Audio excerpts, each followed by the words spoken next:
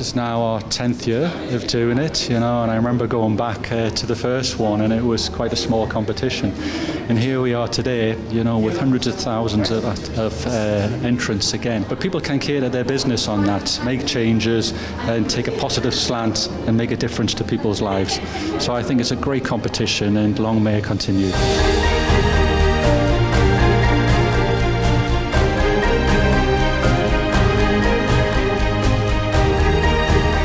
This is a unique opportunity to award those who really help the people that we also together cater for and that we care for.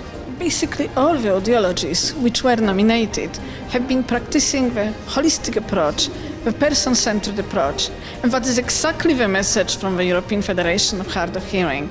It's not just the technology, but the people who help us to get the best out of this technology.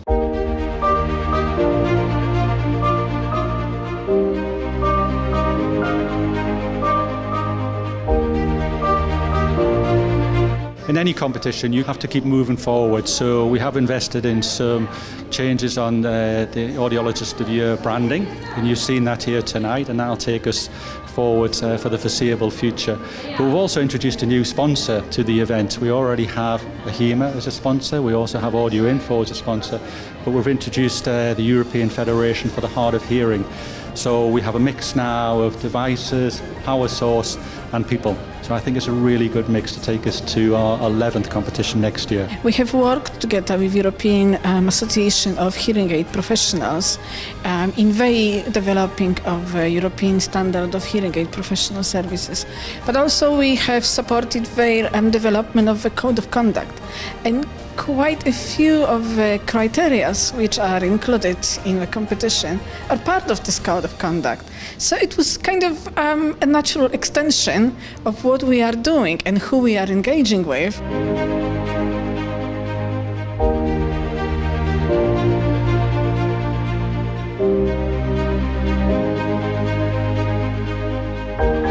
The winner this year is... There's always a pause. From the UK, Mr. Robert Beanie!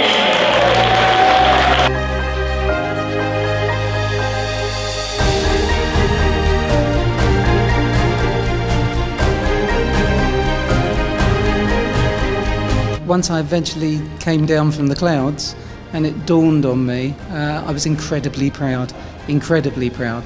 And the award has never been really about me.